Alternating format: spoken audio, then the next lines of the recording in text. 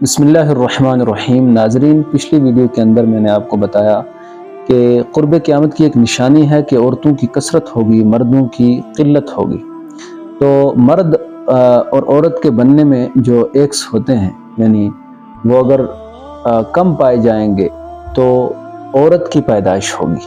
X chromosome آپ جا کر سرچ کر سکتے ہیں۔ تو یہی چیز حدیث کے اندر بھی جو نبی علیہ السلام نے فرمایا کہ آخری وقت میں عورتوں کی تعداد زیادہ ہوگی۔ آج سائنس بھی اس چیز کو مان چکی ہے، اور آج کی نئی جو ریسرچ ہے وہ بھی یہ بتاتی ہے کہ یہ چیز ختم ہو رہی ہے۔